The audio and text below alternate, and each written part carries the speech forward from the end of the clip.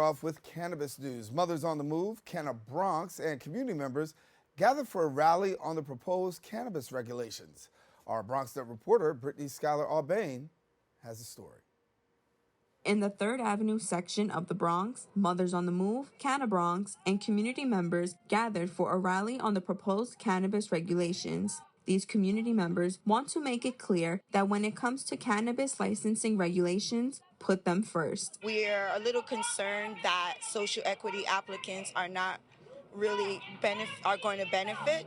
We're hearing that there isn't going to be funding available until 2025. The Marijuana Regulation and Taxation Act states that communities disproportionately impacted, and especially those individuals with past marijuana-related convictions, are to be given priority for licenses issued for the growth and sale of cannabis. However, the Office of Cannabis Management is proposing regulations that could cause barriers for those living in disproportionate communities who want to obtain their license. The rules need to be more fair.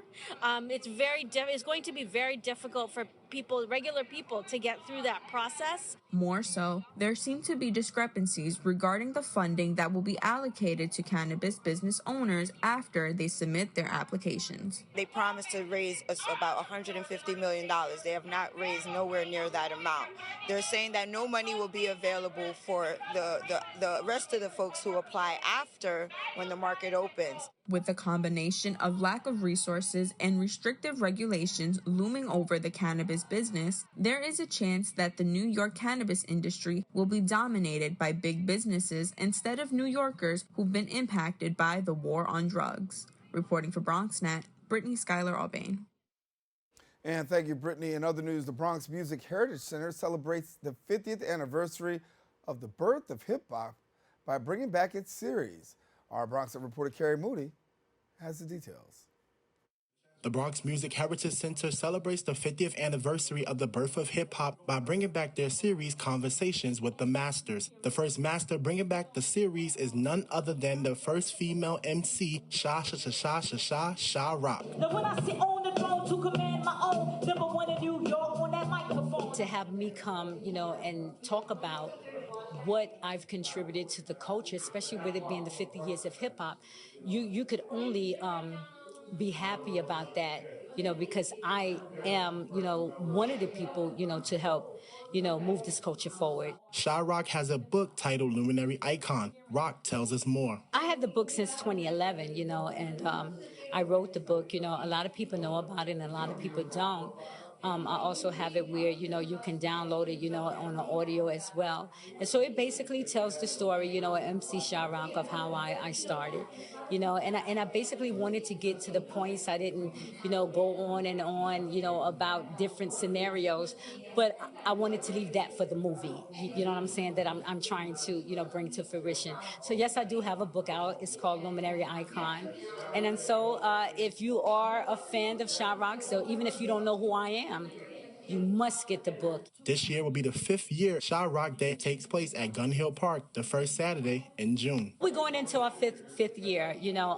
When they gave me the day, they went back and looked at, all of the young men, that came up in the game, the MCs and the DJs that were celebrated, and so when they went back and did the backstory, of me and all of my accomplishments, they decided to give me that day, in New York City. So Congressman at the time, Andy King said, okay, you know what, I'm going to make it happen, and I didn't know. I was doing an audition, for my movie, and he wound up presenting me with MC Sha Rock Day.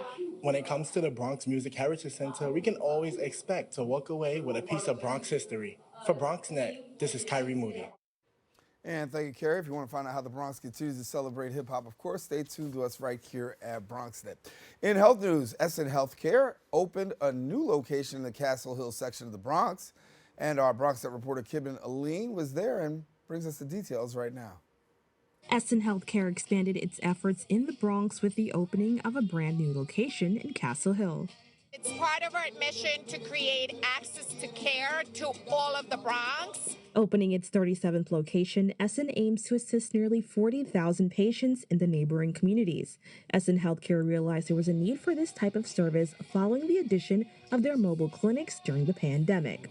In this area, we witnessed that the vans were putting in more work because people didn't have anywhere else to go. And we identified this as an area needing healthcare accessibility. The healthcare center will provide primary as well as urgent care, a much-needed resource in the Bronx, a borough known to struggle with health outcomes. It's good for the Soundville area of the Bronx because they need more health clinics. Sometimes they call the Bronx the number 62 on the health care because, you know, we have the highest statistics of asthma. But if the seniors have this to look forward to, they can have a better, healthy lifestyle. What's really critical about opening services like this and facilities like this is not only about serving our people that are aging in place and our young people that are going to school and our families. It's really about trying to find the best ways to target how the Bronx is still 62 out of 62 counties of being unhealthy. To learn more about Essen Healthcare's mission and to stay up to date with their efforts, please visit their website at essenhealthcare.com. Reporting for BronxNet, Kibben Aline. And thank you, Kim. And that is all the time we have for our Bronx updates. We are taking a quick break. We want you to stay with us, and we'll have more open when we return.